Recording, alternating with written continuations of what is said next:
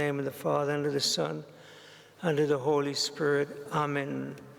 The Lord Jesus Christ, our Saviour, is the author of human salvation in history.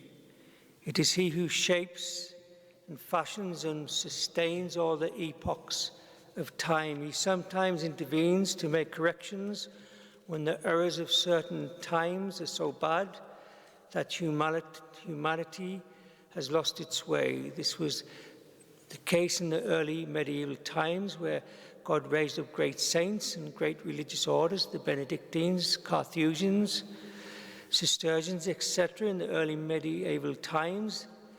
In the later medieval times, we say the raising up of the Jesuits to confront the heresy of Luther in the Anglican Church, heresy. Also in this country, we saw the Lord sending the Passionists to bring back the faith to these isles. But what about the greatest times today, the middle of the Middle Ages? This is the 13th century. We find ourselves today.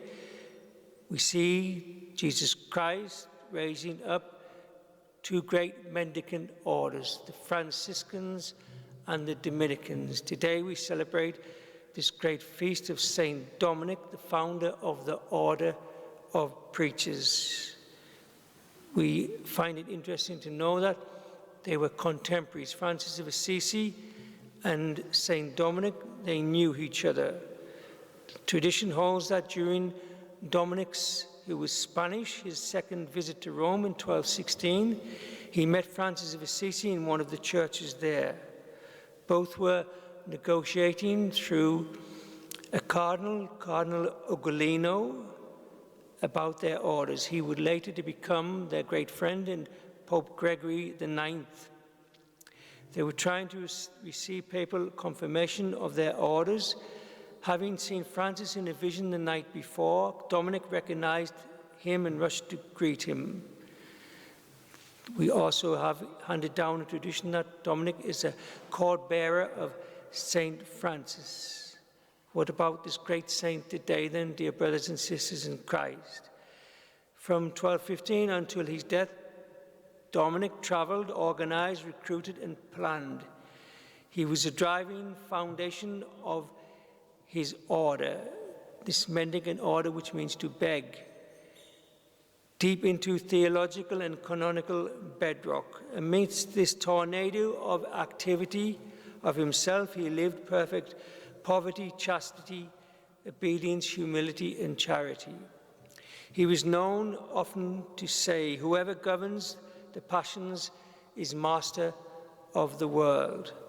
We must either rule them or, in contrast, be ruled by them.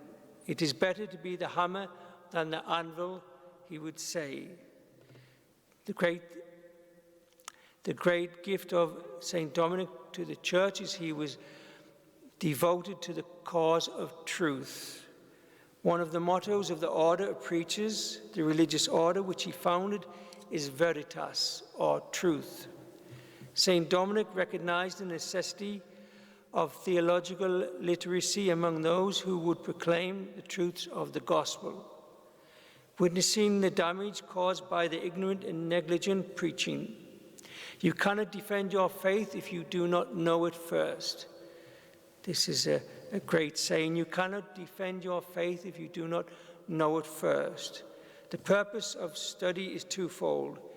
It is both a self-discipline, which should help personal conversion, and a discipline which should enable each and every one of us to travel along this course of evangelization.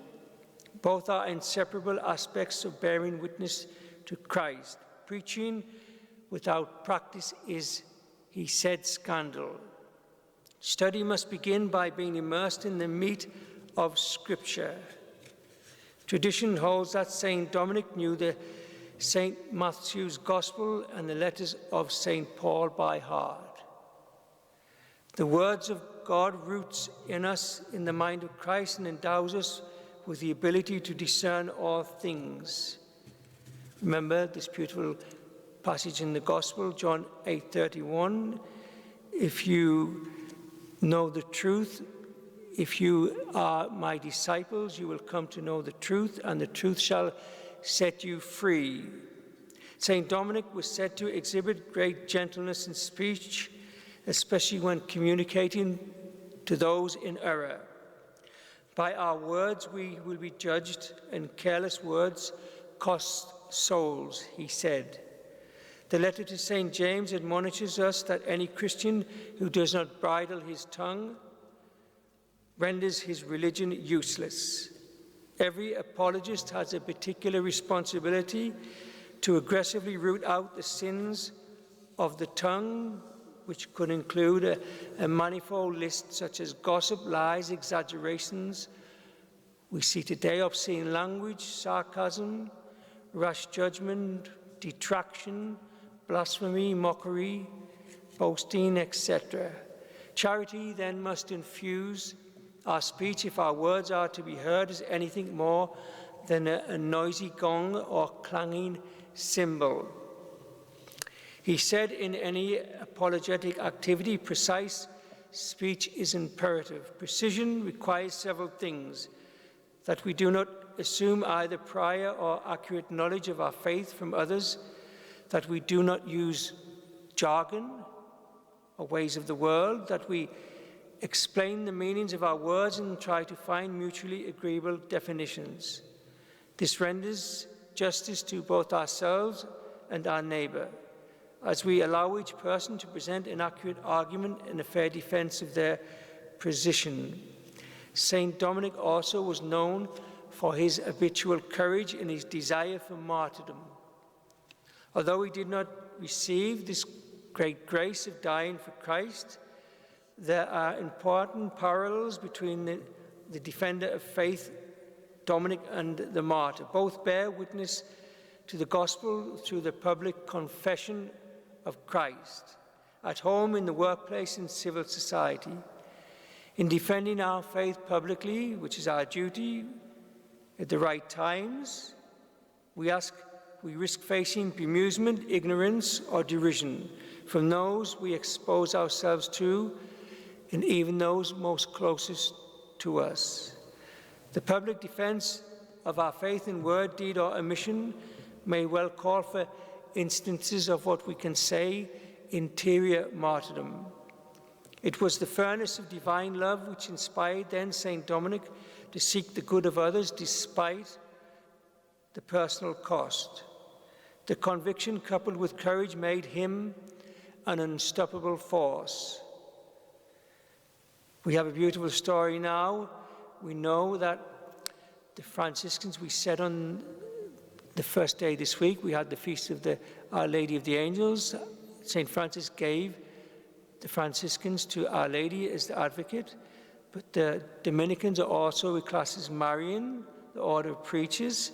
Our Lady is the patron of the order.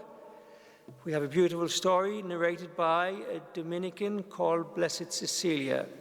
She says, one night, after continuing his prayers until midnight, Dominic left the church and came into the dormitory. He completed what he had to do, taking his place at one end of the dormitory, and continued to pray. As he stood praying, he glanced at the other end of the dormitory and saw, in fact, 3 beautiful women enter. He noticed that the one in the middle was a venerable lady, more beautiful and dignified than the other 2. One of them was carrying a beautiful shining vessel, and the other aspersorium. This is the thing that holds the holy water for the priest to sprinkle, and that she handed to the lady in the center. She went from bed to bed, sprinkling the brethren with holy water and blessing them. As she went along the way, she passed by one of them without sprinkling or even blessing him. Dominic, Blessed Dominic, observed this and took note of all and the brother that she had neglected. The lady then said to Blessed Dominic, I am the one you call upon every evening. When you say, turn therefore, most gracious advocate, thine eyes of mercy towards us, which we say in the Hail, Holy Queen, I prostrate myself before my Son and ask him to preserve the order. She had passed by as she sprinkled and blessed all the others. She said, because he was not properly disposed. After this, she continued to sprinkle and bless all the others and then disappeared. When she had gone, Blessed Dominic returned to pray in the place he stood before. Suddenly he was wrapped in spirit before God Almighty and saw our Lord Jesus Christ and his mother, the Blessed Virgin Mary, the beautiful lady, sitting at his right. It seemed to Blessed Dominic that Our Lady was wearing a cape of bright blue, a mantle, and the color of sapphire. As Blessed Dominic looked around, he could see religious of all the orders. Imagine looking around in paradise, could see all the religious orders, but of his own before the throne of God, all these religious orders. He began to weep, though, bitterly, and stood far away, not daring to approach the Lord and his mother. Our Lady motioned him to come near to the throne. He would not dare until our Lord himself also called him. Then Dominic cast himself before them, weeping bitterly. Our Lord told him to rise, and when he did, our Lord asked him directly, "Why are you weeping? Why are you weeping?" Dominic said, "I am weeping because I see all the other religious orders here, but I see no sign of my own." The Lord said to him, "Do you want to see your order?" Dominic answered, "Yes, Lord." Then our Lord, putting his hand upon the shoulders of the Blessed Virgin, said to Blessed Dominic, "I have entrusted your order to my mother." Then the Blessed Virgin opened her mantle that covered her and spread it out before the Blessed Dominic. It seemed vast enough to cover the entire heaven, and under it he saw the large multitude of his own brethren, the Dominicans. Then, prostrating himself, Blessed Dominic gave thanks to Almighty God and the Blessed Virgin Mary. After the vision disappeared, he returned to himself just as the bell rang for Matins. When Matins was over, he called the brethren to chapter and gave them a long, beautiful talk, exhorting them to love and pay reverence to the Blessed Virgin Mary. We invoke then the help of this great mendicant preacher, Dominic, to help us find our Marian way today in this valley of tears, so that one day also we will be wrapped in ecstasy and comfort in the mantle of the Immaculate to praise our Lord Jesus Christ for eternity. Amen. May the holy names of Jesus, Mary, and Joseph be blessed now and forever. In the name of the Father, and of the Son, and the Holy Spirit.